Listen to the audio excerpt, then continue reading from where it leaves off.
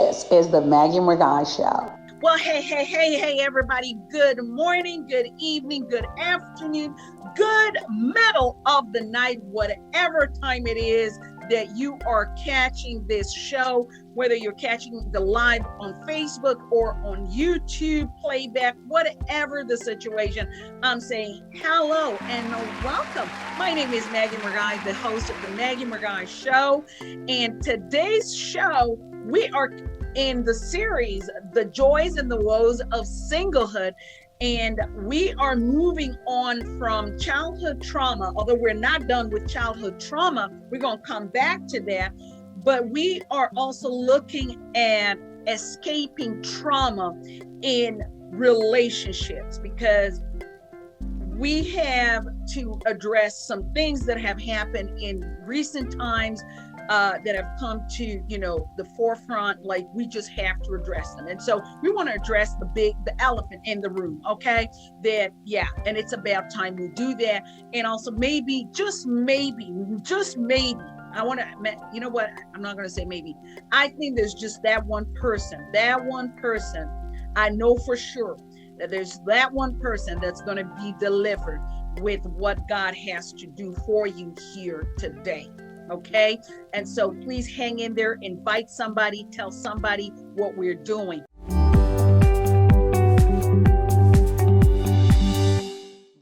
And so with that said, I want to bring in my guests, my contributors. I want them to introduce themselves very quickly. As you can see, we have kind of like a full house. Everybody has a role to play here tonight.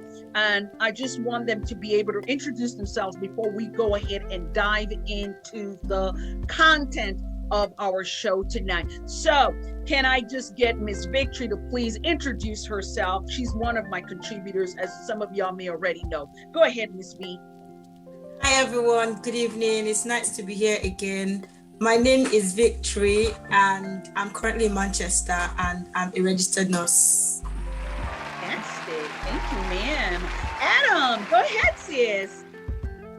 Hello everyone. My name is Ojo, popularly called Atom. I am a med student, a podcaster, writer, and I stay at China, Hainan to be precise, and it's kind of hot here. Yeah. Fantastic. Is it warm now? It's hot right now? It's warm weather? Yes. Warm. Oh, yes. Fantastic. Well, okay, great. Because the other day you were like, it is freezing. Oh, it's good to hear that. It's getting warm out here in London too. Brother Israel, you are welcome, sir. Go ahead and introduce yourself, sir. Hi, everyone. My name is Israel Oyenigbeyin. I'm a digital marketing executive, and also I do social media analysis. Much more than what I do, I love the family life. I'm committed to marriage and relationships, and so that's where my commitment comes from. So I have a work and also have a job, and so I've been here before, and it's so good to be here back again. Thank you so much for the opportunity. Fantastic. Yes, sir. You have been here. Y'all may remember Brother Israel. He was here with his amazing book. I don't know if you have it with you, sir, if it's somewhere about nearby. No, it's not. Never mind. But we will still put that when we edit this. And he has there it is. The Singles Phenomenal, an amazing book. And I'm going to say, listen, those of you that have reached out to me, that see me as your mentor, you see me as a spiritual mother, and you're single, you know full well that that's one book I have said to y'all, before we talk about anything, you got to read that book, because that book will save you a lot of upheaval and a whole lot of unnecessary tears, because this man, God literally just gave him a download on the things that we are really ought to be addressing and really looking at before we go into marriages. Praise God. With that said, I want to go ahead and have Miss Ehi introduce herself. Please go ahead, ma'am. The floor is yours. Hello, everyone. My name is Ehi Antonia Igbinofoge. I am an author, a mom. I am currently studying and working full-time. I'm studying to become an ODP, operating department practitioner. If you're a nurse, you would know. I'm sure Victor understands what that term means. Obviously, I am a marriage mentor, certified marriage mentor, and a relationship coach. I was married to a pastor for 8 years, and I have been divorced for 10 years. So that's me. I've got 2 children, 17 years old and 15 and a half, a girl and a boy. Yeah. Fantastic. Thank you, ma'am. Thank you, ma'am. And last but not least, Reverend Success. Some of y'all may recognize her. She's also been a guest on here with her husband when we were unpacking childhood trauma. Pastor Reverend let me use your actual title, Reverend Success Godwins, my good friend, my friend of 20 years. Y'all heard me right. My friend. No, I said 20 years. I lie, sis. When we started 1999. My friend of 23. 22 years. This July will it make it 22 or 23 years? That's 23. 23. There you go. This July. Praise God. Hallelujah. Over to you, my girlfriend. Amen. Thanks, Pastor Maggie. It's just wonderful to be in the show once again. Those of you who remember, I came on with my husband, Reverend Victor. I'm a co-founder with him of the Generation of God Seekers Christian Fellowship. We also have an NGO charity, Breach Menders Outreach, as well as an advocacy company called Breach Menders Support Services, which runs in the UK. Those of you who may not know, I'm also a qualified social worker, registered social worker by profession. I currently hold a full-time job. I'm working as a manager in adult social services, where I work and manage over mental health. So I provide consultation advice for psychiatric doctors, consultants, CPNs, OTs. So this is my remit when it comes to professional work. So apart from the ministry, I do have my circular job, which I do from Monday to Friday. And then I run the ministry alongside my husband. So it's lovely to be in the Maggie Mugai show. Like she said, I call her a sister from another mother. And it's just such a pleasure for me to actually take the time out to be here. It goes to show how much of an honor I hold this an honor and a privilege to be in her show. I do not take it lightly. So when she texted me, she reached out to me yesterday and said, could you be on my show today? I couldn't have said no, because it's just such a pleasure to be in the Maggie Mugai show. I see the show going places. So it's an honor to be here. Lovely to meet you all once again. So much, Pastor Success. Thank you. Kisses to everybody. Once again, everybody is welcome.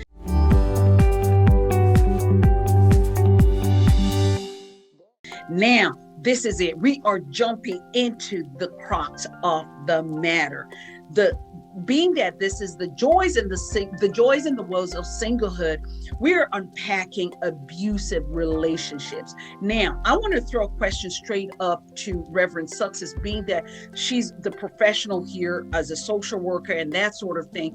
I want her to please define for us what abuse is. And I know everybody may have heard that terminology, when that little phrase, they say, when the purpose of a thing is not known, that abuse is inevitable. True. We agree. However, what exactly is abuse? So we're not specifically saying what is domestic violence, or it means domestic abuse, what is child abuse, just the word abuse. What is it? In your own understanding, in your profession, ma'am. Thank you. Well, abuse is a coercive behavior, and abuse can be termed in different terminologies. Abuse can be physical, it can be verbal, and it can be emotional. Abuse is a behavior that is threatening to the other person, which will be the victim. Mm-hmm. So abuse can be in the form of financial. It could also be in the form of sexual. Yeah. It could be physical, right? And it can be emotionally, like I said, and psychologically. So abuse, some people don't really think abuse can be emotional, but there is a fine line to how abuse can be defined in terms of the threshold that it meets, especially in the UK. if you shout at someone, that can be termed as abuse. So this is what abuse means in just a very short, brief synopsis. Yeah, thank you so much. Yes, ma'am. Thank you so much. Indeed, there are various forms of abuse. And it's funny you should say that, because just a couple of Saturdays ago, we had Miss Jasmine on here, and we're watching. God bless you, ma'am. It's good to have you here. And she shared her story on how she had to escape a marriage where she was being abused emotionally and psychologically, where she was literally at a breaking point.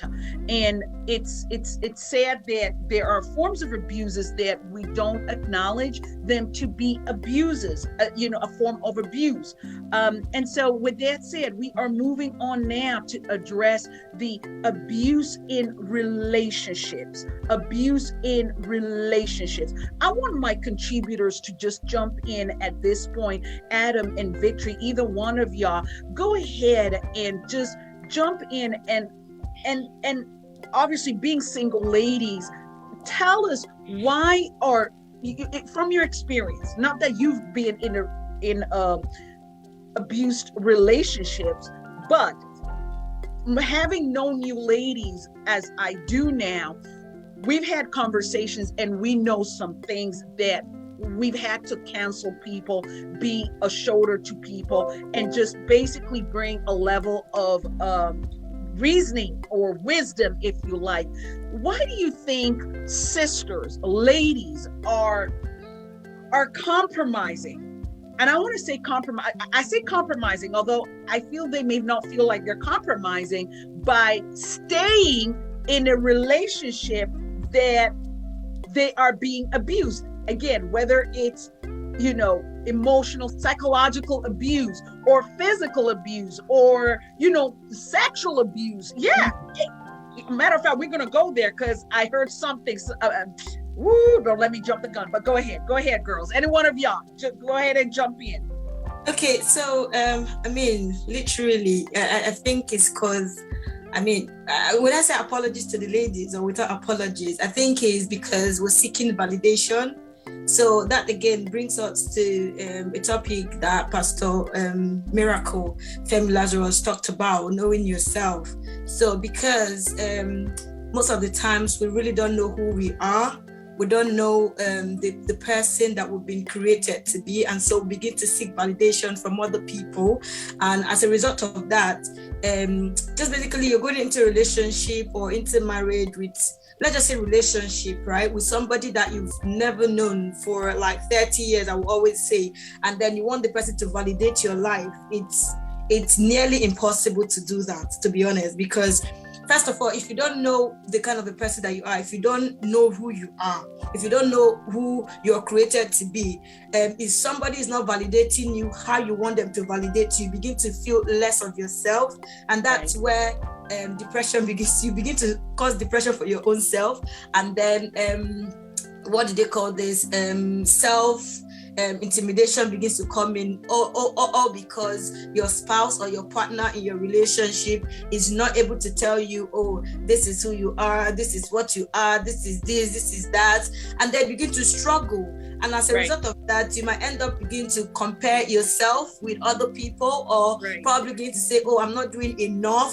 What else do you want me to do? And then because of that, they begin to step out of boundary to what they're not supposed to be doing. They start to do it because they want their partner to validate them. I think that's one thing that a lot of ladies kind of miss. Right. Adam, what are your thoughts? I was come with the perspective of indoctrination. Yeah. A lot of ladies have been indoctrinated to be a certain way. And we cannot just turn our eyes to it and just feel like it's not a narrative. It's a narrative. Like since we were young, we have been indoctrinated to act a certain way, to do things a certain way, to be a certain way. They've told us that you have to get married, you have to make it work. You understand? No matter what happens, you have to be patient, you have to be long-suffering. And I think when we're talking about indoctrination, it's more of a subconscious thing than a conscious thing. And when we are talking about the subconscious mindset and the conscious one, you should know that the subconscious actually rules every time. So these people, it's not like they want to stay, but they also have to battle with what they have been indoctrinated with. And when you indoctrinate someone, that person is a slave to what they believe already. We are all slaves to our belief system. That's why nobody can be better than what they believe. Once you believe something, you have to out subconsciously. So I think that is one, like, indoctrination goes a very long way. I think I will also want to talk about the reason why they stay sometimes also is financial issues. As much as we might say that ladies are now going out there and they are getting it and they are doing it, we also have to understand that the economic system now sometimes does not actually make a lady like stable. You understand? Like, a lot of ladies are still like trying to be stable, not that they're already stable. And someone who is trying to be stable, you understand, who is still trying to be stable, still needs help. And that person, like maybe the boyfriend or their husband is the one who is giving them that help to be. Of course, it's going to be very hard to actually leave that type of person. You understand? Because this person is like, you're telling the person to live the life they know and go into a life they do not know. Right. It's a risk as far as they're concerned. It's a risk, and it might not be a risk that's worth it. So they would rather stay. They would rather stay with the familiar, the mindset. I love what you just said there. That no one. We are pretty much all slaves to what we believe, our mindset.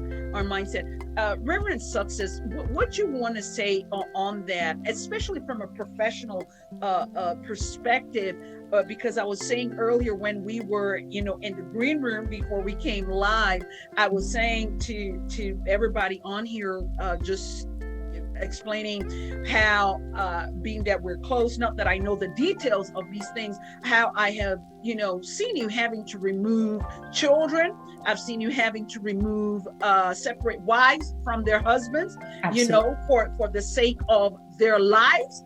And I just want your perspective on that, as a professional social worker, knowing these things. What do you think makes the ladies stay? And I'm also going to ask this, not just the ladies, because we do have, in all fairness, we do have men who are also abused. Absolutely. By their wives. Yes. I personally happen to know a brother. Yeah. Who had to walk away from his marriage because he was being abused by his wife. Okay, so Pastor Success, go ahead, ma'am. Yeah, Pastor Maggie, just like how you said, abuse is across the border. It doesn't have respect for gender, religion, race. Abuse can happen to the wealthy or to the poor. It doesn't matter. Abuse is across the border. Just like how you said, I have been involved in families who have been separated. I have encouraged mothers to leave domestic relationships which are not productive for them. Now, I think it was Atom that was just talking about indoctrination. Yes. I think this is so pivotal. Yes. Because us as Africans, we always seem to Africanize our belief system. Right. I think for things to change, we need to come away from that mentality and some of the doctrines and unlearn some of the traditions and the religious beliefs that we have. We do need to come away from this. Now, I think why a lot of women feel trapped is because they don't know there's help at hand. I'm going to speak from the perspective of being in the United Kingdom. I'm going to touch on Nigeria because of the incident which happened to our dear sister as well. Yeah. But in terms of Nigeria, in terms of the United Kingdom, we have laws, we have legislations and policies. For instance, we've got Section 42 of the Care Act, which protects adults. The Care Act is mainly for adults. It protects women. It protects anyone above the age of 18. It's recognized as an adult in the UK. Yeah. If they feel that they're in a domestic violence, they can get things like molestation order against their partner, their spouse.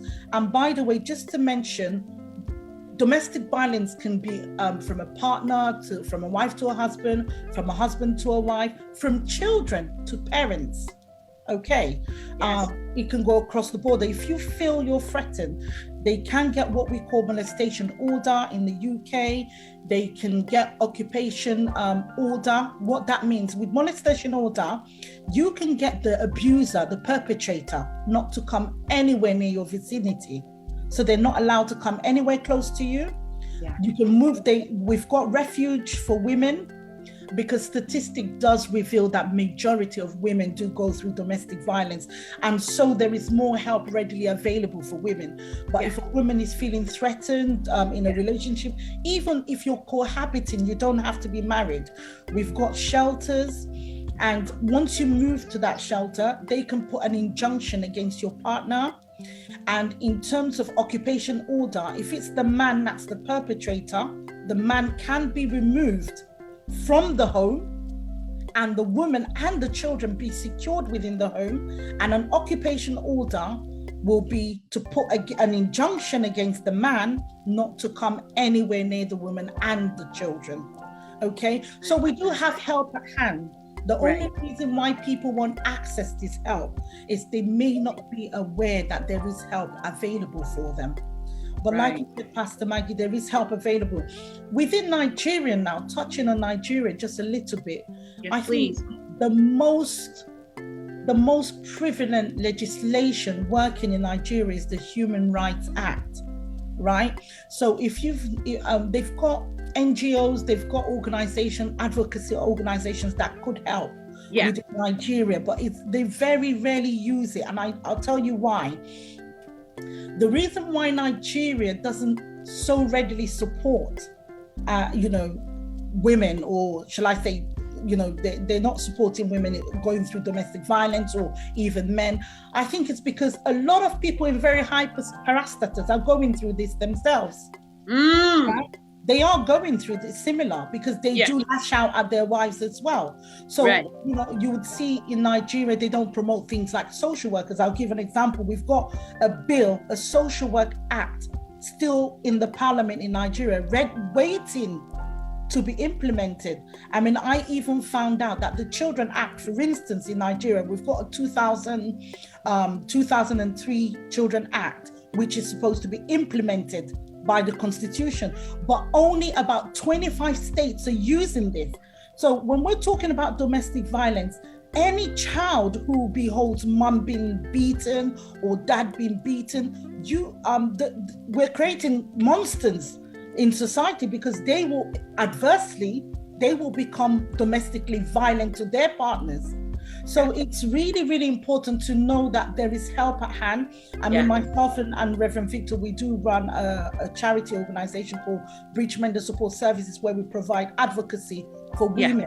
And whether men or, adults who are going through any form of domestic violence, we can help them, even violent relationship. You don't have to be married to access this support. And please, I really think as Africans, let us access the support that we need. You were talking, I think me and you were talking, and you were talking about consent. You do not need, I'm sure you're going to touch on that, you do not need the consent of the victim to report that they are violence. Yes. You can breach that. In the UK, you can report anonymously to social services, and they will send help. Yes. It's the crime to be violent to your partner. So it's funny. Well, not funny, but you say that because you remember that one time I recorded an audio of a neighbor where he was threatening his partner. And I recorded it and I sent it to you. And when you heard it, you said, Maggie, right now, call the police. And I did. And the man was removed. Absolutely. We've got laws and legislations to protect women, to protect men, to protect them from the abuser, the perpetrator. And might I also say, there is help as well for perpetrators. If you're an abuser, you can get help as well, because there is something psychologically happening up there. Make you feel that you need to control your partner by physical violence. Right. Physical violence is no way to put a woman under check, neither any child or anyone. So, you know, it's really important, Pastor Mag, like you said, in the UK, we have pots and pots of support available. Right. You know, and I think Nigeria, just as how Atom says, we really, really need to change our mindset. We need to change our belief system. You know, marriage is not a do or die affair. Neither is relationships, mind. If you're in a relationship, you're being abused, get an injunction against the man. Yeah, totally. Before I jump over to Miss Ehi, because she is so crucial to this conversation, because she is a domestic violence survivor. And her story, having just recently met her, I almost feel like had she not escaped, she would have ended up as this Nigerian gospel music minister who, in the name of, I want to stay married, I'm praying to God, deliver my husband, change my husband. But today makes it a whole week that she died from injuries sustained by, you know, I think they said a kick to the chest, but by the husband, you know. But before we go over to Ehi, let me bring in Brother Israel, sir, being the only brother that could come back to me on time to say he's going to be here. Welcome, sir. I want you to please give us, and right now you are in Lagos, and also being a brother, I guess you can bring us the African man's perspective. Bring us the perspective, or help us understand, or maybe even just speak to the ladies, why it's important that they do not entertain or cover up in those early days of the relationship. And I ask you this, sir, specifically because I go back in time when I read your book where you said something about being the HR, the human resources manager for your own life. So why, just talk to the ladies, or also talk to the brothers, why they should not be entertaining the slightest attitude or character that looks like violence or abuse in a relationship, please, sir. All right, ma'am. Thank you for that question. So I believe that everybody have a life. We have a purpose. We have why God created, all right? So one thing I believe is, as much more as I advocate for marriage, for relationships and all of that, it's all of our marriage is not even in there for that. We will not get married there. So all of these things that we are doing, marriage, relationships, it actually ends there. So much that God is going to demand more from us. When we look at the scriptures, the parable of the talents, he asks them, hey, what do you do with your life? The gifts, the talents, all of the things I've given to you. We'll not get to heaven and be telling God that all he gave to us, that we're using it to endure marriage, or we use it just for marriage. There are heavy matters of life. There are weightier matters of life. So if marriage is not suitable, of course, just channel your energy to something else. And you don't need to stay in an abusive marriage or abusive relationship. I also think most times when you ask people that are in an abusive relationship or marriage, some of them see the signals. It's just that at some point, the signal is not always red. It's not red like that. It might be a fainting color or something that is not very obvious. But if you ask them, they will tell you that there are some elements they can put together that, hey, this man is actually doing this, but not in higher capacity. They felt it, they saw it, but maybe they just assume, possibility is going to change, or something is going to happen, or miracle is going to take place. So sometimes, anytime we see signal, we should be able to analyze it. Don't just conclude that. Just like Victory always said, that you cannot change somebody that did not change for 30 years. I mean, you cannot just pray or fast and say, God will change it, God will change that. There's a lot of things that should be done. And from the man's perspective, I've always said that we need therapy. Before you even go into marriage, before you go into relationship, you need therapy. And I think one of the speakers said it, that we need to reorientate ourselves. There are a lot of informations that we've heard about, that we've absorbed. I mean, growing up, we are absorbing data. All of the films we've seen, African magic, our background, our parents, our society, everything. That's what determines the choices we make. We are absorbing data.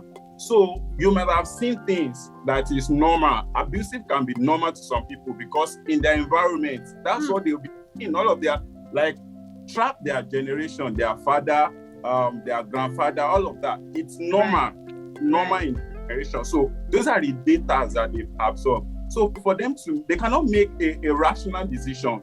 All their decision will be based on the collective data that they've absorbed. So that's why I always said, before relationship, before marriage, there is need for therapy. You should be able to reorientate yourself. There are some things that you don't need for where you're going, then you drop it. There are some actions that you don't need to take to where you're going. I mean, if you are envisioning a modern marriage, a Christ-like relationship, I mean, there are some things that are not needed. So if by chance you've been able to absorb all of those things, just make sure you navigate yourself around it. There are training, there are courses, there are a lot of things to do. But much more, the word of God is actually have an effective power. Romans talks about, Romans 12, I want to paraphrase now, that we should keep absorbing the word, we should keep reading the word. It has a transforming power in our life. So when you see people in abusive relationship, it's maybe because, okay, let me talk about this too. People in abusive relationship, some of them will tell you they have reasons. Some people is actually because of their personality. They are like, some people, they can love with all of their heart, all of their mind, everything. So when they are with somebody that is not treating them very well, it's hard for them to leave that relationship, even though it's not profiting them. It's not good for them.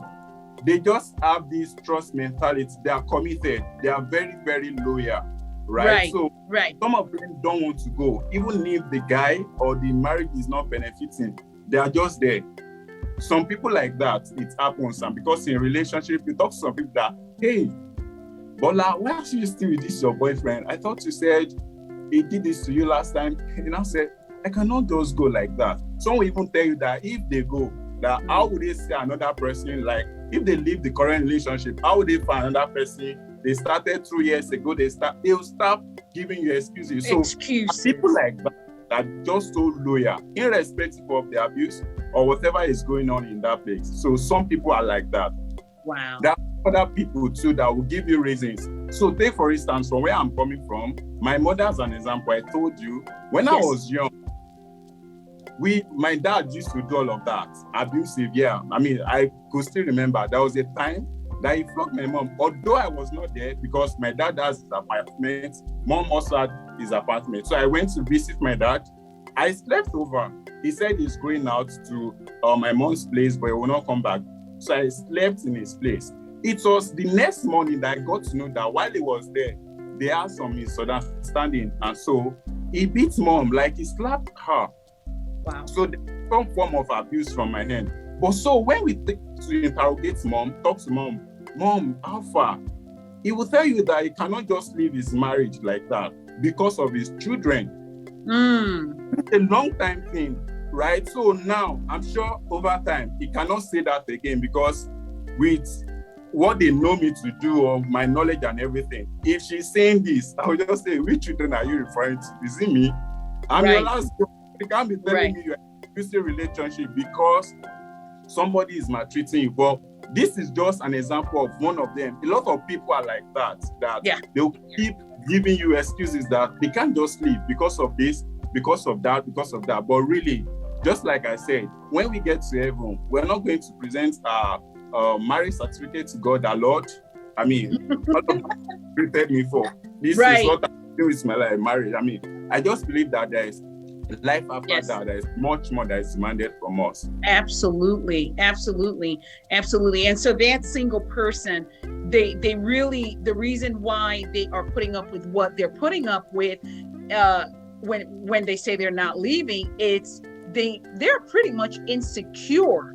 And even just like what Adam said and Victory were saying earlier, there's like a narrative that's being followed, and there's some type of not knowing who you are. You're not aware of who you are, and so you sell yourself short. You see this person, in as much as you know full well they're not the right person for you, you still hold on to them and see them as a breakthrough, but really they're a breakdown that you really should be getting away from.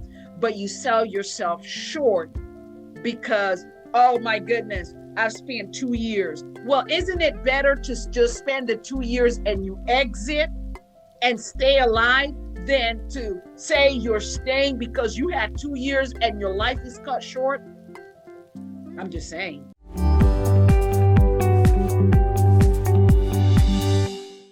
Let's bring in Sister Ehi. Sister Ehi, God bless you. Thank you so much for coming on my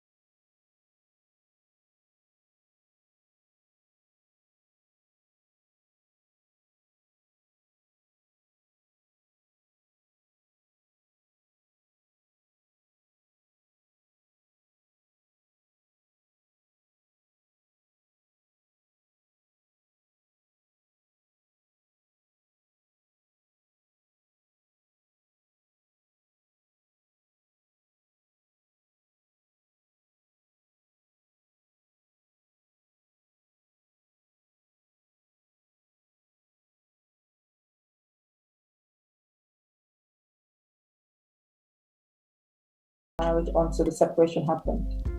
So he actually asked for the divorce. So just like everyone, he did ask for the divorce. Okay. But I think somewhere in his mind, he thought that, okay, let's separate first. And then almost like I dictate what happens in the marriage. I'll leave you, I'll threaten you with divorce, and I'll separate from you. Then when I want you back, I can have you back. So, but when the separation happened, it was like... There was also, not only was there the violence in that regard, but there was also emotional, psychological, like you said, where he controls everything. Yes. If I can leave you, and then when I want you, I can just call on you. You're going to have to come back. Yes. Go the ahead. only abuse I did not suffer from, apart from all the other abuse you can name, is sexual abuse and financial abuse. But every other abuse I suffered in that marriage. So when people physical. So when you say that, you're basically saying you got hit, you got beaten. Yes. Where were you? What country were you living in at this point? I was in Italy. You were living in Italy at this time. I met him in Italy. So I was actually 21 years old. I was 19 years and a few months old when I arrived in Italy. So after a year, I met him through a friend of ours, a mutual friend who is a pastor now, and I got to know him via that friend. So when I met him, he seemed like a nice guy. You know, they always come like that. But I was having several dreams, like a lot of dreams of him being very abusive. You know, in the dream, it would look as if we're in a restaurant, and then he says to leave, and then he just pushes me. And I would tell my mom, like, in the physical, this guy looks all right, because one of the ways that God speaks to me is through my dreams. Yeah. So I kept saying, but he's a pastor. At that point, we are very blessed and that we have things like social media, so there's this awareness, because I realized that since this thing happened, it's been everywhere, and everyone is talking about abuse. So I'm like, everyone who's been hiding their own story is coming out now. Yeah. Not things you talk about in church. At the time, I mean, years ago, I'm talking about 20 years ago, 19 years ago. Yeah. It wasn't something that was really in the open where you could just say, my husband beats me. You couldn't say that. No. You know, people are even told, it took just his best friend to actually believe me when I said to him that this guy is beating me. And was like, wow. Sorry, it took who his best believed friend. you? His best friend. His best friend believed. Yeah, who introduced us. Right. Yes. And Wow. he believed me because he knew me. I was very young, you know, and he knew my mom, he knew us. So he knew that I wasn't lying. In fact, even his family said at some point, like, we don't know our brother to be the beaten type. I was like, you are not married to him. They knew he had a temper, but they didn't know it would escalate to him raising his hand to beat me, you know? And I remember he would say things like, oh, because he called me by English, Antonia, when I married you, you were very quiet. I would be like, even if you marry a snail, at some point the snail would react. I cannot just keep quiet and not say anything. So I would respond and say, I don't like the way you treat me, especially in front of the kids. I remember on my days, I just remember, you know, there's a psychological part of it where it's almost like your brain gets shut down and you don't remember some things. Yeah. Once I start talking like this, then memories start coming back. Or when the kids remember some things, and then I start remembering. Now, I just remember an incident that happened. This is not in my book, by the way. A lady who and her husband, they were pastors who came to the house to visit. There was the verbal abuse as well, where I was told off in front of people. Yes. I was accused of looking at an usher in a way that I shouldn't look at an usher. You know, a lot of things.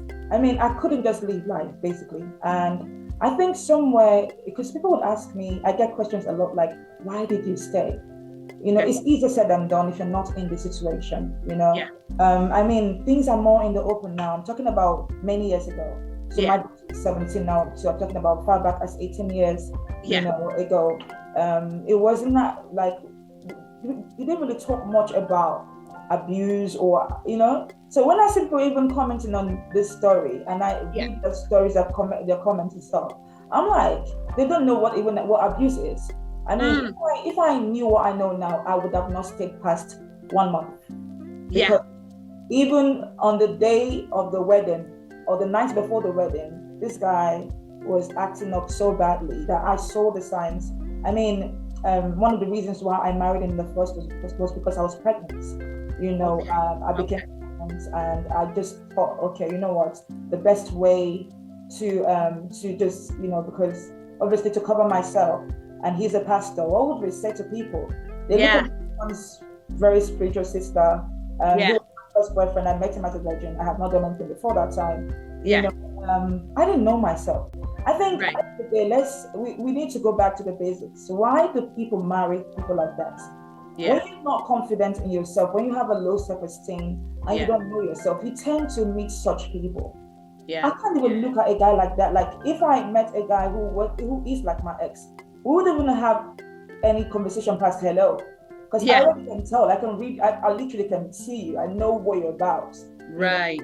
Myself, I had very low self-esteem. Just like someone said earlier on, I think we need to tell people, I mean, first of all, raise their awareness and tell people to invest on themselves. Right.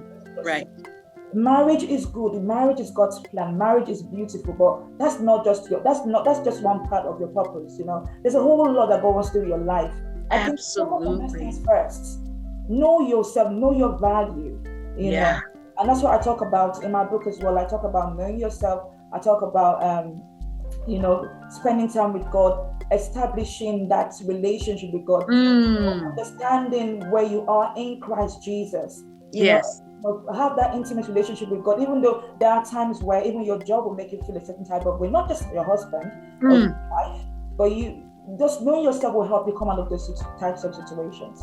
You know? Absolutely. But ma'am, I want to take you back to what you were started to tell us on how you mustered the strength to escape your abusive spouse. And you said you basically, anything called abuse, you suffered it except two things: sexual abuse and financial abuse. Those are the only two things that you did not suffer in the hands of your pastor husband.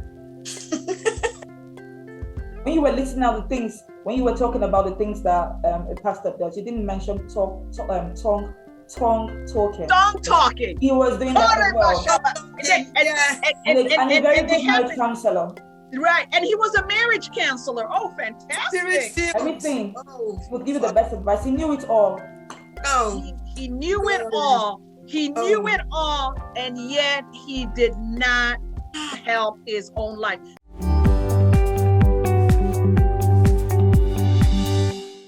Ma'am, you were telling us that basically what helped you leave was he then asked for a separation, a divorce, and then what happened? Okay, so I'm the type of person where before I get to do something like that, I would have really thought about it several times, and I don't get to do things unless I've really thought about it. And then when I'm there, you can't take me back. So before I make a decision, I'll have to, when I make it, I say I'm not going back. So I knew, and he knew it, an incident happened where I caught him cheating. I mean, I didn't see anything happen, but for me, cheating is you're already talking to a girl, you're not giving me attention, you're chatting to someone to meet them, you're on a dating site and you're a married man, you are cheating on me. That's how I see it. So I saw that happening, and the next thing he calls the bank. I guess, sis, I'm going to have to interrupt you. I guess whoever was then, did y'all have a pastor? Did y'all have a... Okay, so I guess then that pastor, whoever was your pastor, didn't tell y'all that, like what Jasmine got told, that you don't go through your husband's phone. I've never heard such crazy... Never said that. In fact, the man even supported my leaving the house. He told me, I don't want your blood to be, I don't want him to kill you. So you need to leave. Yeah, he was good. And so the senior pastor of your abusive pastor husband... I wouldn't really say he was like, you gotta leave. You need he wasn't really like our pastor. He was, because my ex was not accountable to anybody. That's another. Whoa. He was not accountable to anybody. Do not marry a guy who does not have any accountability. Do not go there. Red flag. Yes. That's a massive red flag. Please say it again for the benefit of those that are following on Facebook and on YouTube. Say that again. Your husband did not do what? He did not have accountability. He did not have anyone he was accountable to. Nope. So you could not reach out to anybody. Let's say maybe he had a spiritual father or a mentor or whoever that he had some sort of respect that should you threaten to call this individual, he would simmer down. Wow. He did not have that. Everyone who's on here who would watch this later, I beg you, do not marry a man or a woman who doesn't have accountability. That marriage or relationship will not work in the long term, because there will be issues where you need accountability. Things will happen where you need someone. So I was privileged to meet with the guy, the pastor or the reverend who married us. So he knew the man, even though he was not his pastor. So I reached out to the man and told him that was the only thing I could do. Like, at least maybe if that man talks to him, he would listen. I remember the man spoke to us. He went there, and like Reverend Success said earlier on, this is more like a spiritual battle that he was dealing with, because he would say something to the man like, okay, I'm going to think about it, and then he's a monster in the house, he's something else in the house. So the man was like, I've spoken to him, I don't know why he does something different. We talk and he says he's going to get a divorce. Okay, do what you want to do. And then he goes home and starts to beat you. So it got so bad that he started beating me because I did not agree to separate from him, because I still had the mentality of, we die here. My parents were divorced. I have family who got divorced. I can't get divorced. We are believers. We can make this work. I'm born again. You're born again. We can make this work. Well, I might not like. He would make mistakes. He would do the wrong things. I would say you're fine, just for the sake of peace. But these things did not work. If you compromise at all, eventually everything will still crash.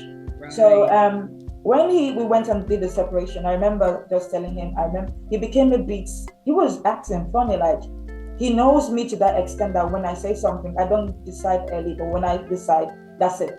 So I guess that time reality hit him. And I remember the judge was saying, do you have plans, like, you know how the law says in Italy? I don't know if they change things now, but if you sign any separation, if by the time before it gets 3 years and you decide to come back, you do not have to come back there. You just continue being married. Yeah. So there's no official document that says you're actually divorced. It just shows that you're separated. Okay. So because they give people time to make up their minds if they want to come back together. So well, she then said, but if you want to divorce in any other country, we will not stop you from doing that. So I said, okay. At that point, I had made up my mind, but it wasn't even very clear because I was not experiencing the peace of God to the max at that time because I was still under that whole abusive environment. Yeah. Not until I arrived in the UK that I said, wow, so there's such thing called peace. I have not experienced peace in a long time. And I was like, you know what? I messaged him, I want a divorce. We are doing this. I don't want to wait for any 3 years. No. But eventually, because it was very difficult, I didn't have my papers here. You know, when I first arrived, I had my indefinite stay in Italy, so I had to work my papers and everything. My mom had to come here to allow me have my stay here and stuff like that. And eventually, I did my divorce in Nigeria, and I sent him the copy, returned the bride price, everything. My dad, who's late now, said, thank you for marrying my daughter. Thank you for everything. Take your bride price. And on my behalf, the divorce was finalized, and that was how I was completely free. But was my mind free? You know, my mind wasn't free completely. Wow. It took a lot of process, a lot of healing, a lot of detoxing and everything for me to completely, you know, when like I just remember that part where Jesus said to Lazarus, you know, Lazarus come out, and then he said, take off the grave clothes from him. So there is that process of healing where you are physically, you might be free, but your mind might still be like down to, because for like years, this guy was still controlling me. You know, it took my daughter one day to say, Mom, you have to, he's not, you're not in his house. Respond to him. I was still like, when I hear his name being mentioned. You were afraid. Yeah. Yeah. And then I remember going on a date with someone one time, and I think the guy actually just did his hand like this, wanted to like play with me or hold my head or something. The way I did like this, and was like, what? Why? Are you sure you're really ready for a relationship? Right. I don't think I'm ready. I really don't. It was reflex.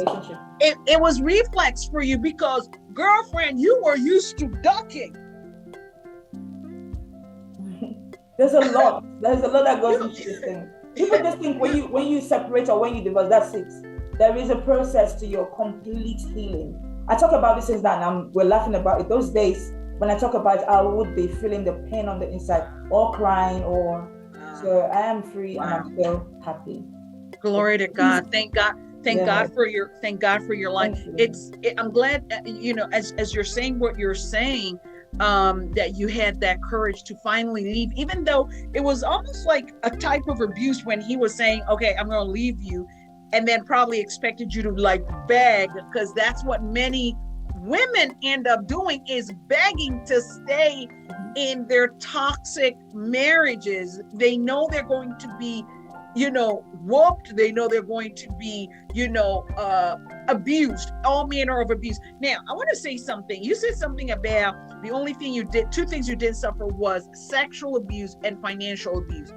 Listen, can we just address this? And everybody, feel free to jump in. Because I've heard people say, I was privy to a conversation where it was said, a man cannot rape his own wife. Are you kidding me?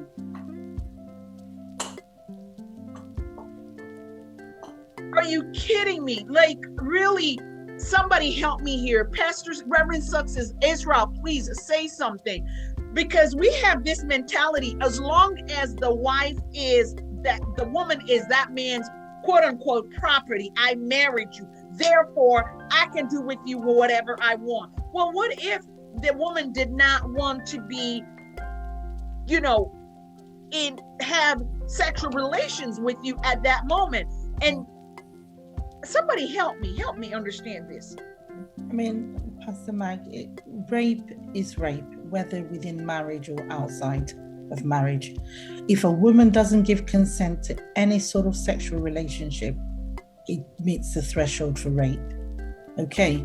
And I think a lot of times it's just about women seeking help. I've heard of a case where a woman was being raped by her husband. And traditionally, she was from East Africa. And she would not admit to the fact that her husband was raping her. You know, and we had to sit her down. Taboo. It's the taboo. That word rape. We don't want to see it in our African communities. No, in the community, we don't want to see it. We had to literally sit this woman down, and we had to tell her that, look, you are being raped because you're not giving consent to the sex that you're having. Is sexual exploitation. Yes, you were married, but he was doing other things. He was doing other things. And, you know, I just want to just touch a little bit on what Sister Ihi said. Abusers are very terrible. The first thing they do is separate you from families, friends. They literally remove you from every circle of support you have. And the reason for this is to have you right where they want you. And it's really important to look out for these signs. If one knows any families or friends, I think it's a conversation that we all need to have. If you come in contact with anybody going through these things, you really need to talk to them, to go for therapy, try and get them to come out of the situation first. You have to reach out to them and let them know they can be helped. There is help out there. It's just accessing that help. Absolutely. You know, again, thank you all. By the way, thank you all, Facebookers. Y'all are doing amazing. Please feel free to post a question, if you will. You know, Miss Virginia says very sobering discussion happening here tonight. And, you know, it's rather sad that we almost have to wait for the worst to happen before we can allow the victim to, and I say this intentionally, before we can allow the victim to escape. Now, there's two sides to everything. I get that. Because when if we can just touch on the story, the unfortunate story of the late Mrs. Osinachi Nwachukwu, the conversation around that is that there were a lot of people around her that were aware of what she was going through. The battery, so much so I heard her pastor, Dr. Polinecha, saying that one of the music producers witnessed her husband hit her, and while the music producer wanted to step in out of reflex, because you know there's some things that you come in as reflex, and you know, just like Ehi was like, she was just used to ducking. Thank God for those kind of men that they will step in a hurry and set you straight. Not that I'm an advocate for violence, but the man of God said she would literally beg for outsiders not to do anything about it, not to tell anyone about what she was going through, and that she held this belief that God would change her husband.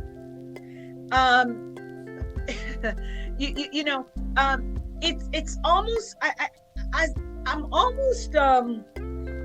I want to be very careful and very sensitive how I'm putting my words out there, because I don't want to offend anyone, because I appreciate there are people who may be in this very exact situation, and probably even worse. It's literally a step between them and death.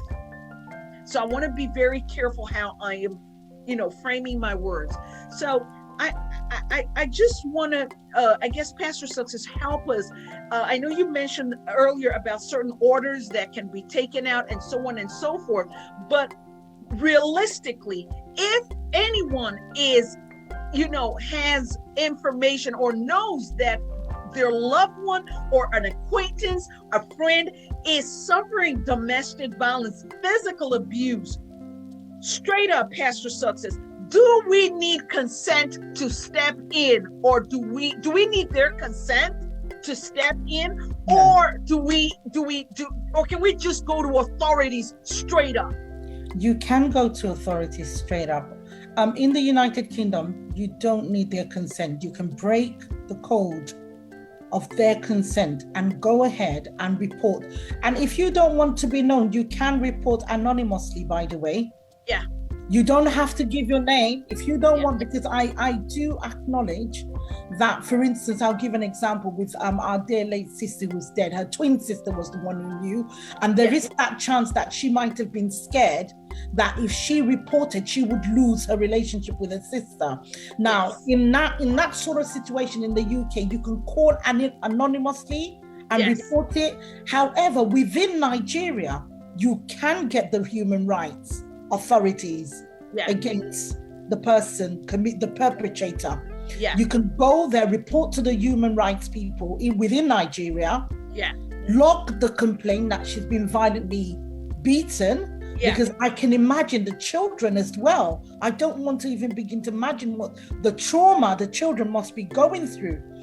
So we have to also consider not just only the victim, but the children in between the violence, witnessing mom being bashed all the time, or whether it's dad or whoever is actually, giving out the violence. So you have to take all that into consideration. You have to break the confidentiality. Because you're saving a life here. You're saving a life.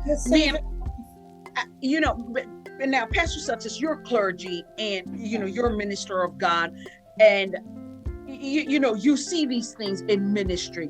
I've heard some people say, well, the pastor should have known what she was going through. Please, can you just help people understand that ministers are not omniscient? They're not. Absolutely. And Pastor Maggie, can I also just say this? And please, I do not mean to offend pastors, because my husband is a pastor, and a very good one at that. Right? I can testify to that. Now, I think the problem with pastors is that a lot of them are not educated in the secular. All right? There is knowledge lacking within the Christendom, quote and unquote, right? I hear pastors giving out statements on the pulpit, and I'm thinking, you shouldn't have said that. Okay? Now, my husband is not just only a clergyman.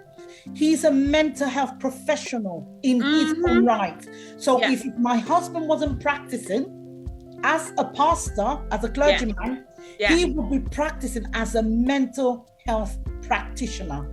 I think there needs, especially within Nigeria, this is my opinion, I don't know when that's going to happen, but I think there should be a legislation in Nigeria which guides how pastors are vetted.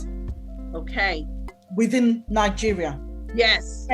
Now, I know many Nigerian pastors might lash out. If this gets out, I might get a lash out. I don't care. All right. Now, I think the level of education within a lot of Nigerian pastors is very, very good. You just see somebody wakes up one day, thinks God has called him, and he rushes off on the pulpit and then says something, and then starts pastoring people and giving wrong advice that makes them fall praise. Now, I think that the Nigerian government needs to look at the way, the process in which pastors are being chosen, the process in which pastors are being ordained. They need to look at that. I mean, in the UK, for instance, I think the government wanted to come out with a legislation to say that if you're not a qualified pastor or not licensed to do so, you couldn't practice. They need to be educated like social workers. They need to be educated like nurses. Because you're dealing with human life here. You're dealing with human life. And you just said something there, Reverend Success, saying that there are certain things that we really should not be saying on the pulpit. Now, and not in any shape or form to disrespect the wife of Dr. Paul Enrique, who's Dr. Becky. There's a post from her Twitter which I found, because I had to read this through, because there was a whole lot of noise on this. And she puts this tweet out that says, never make divorce an option at all. I'm sorry, I have a problem with that statement before I can even go further.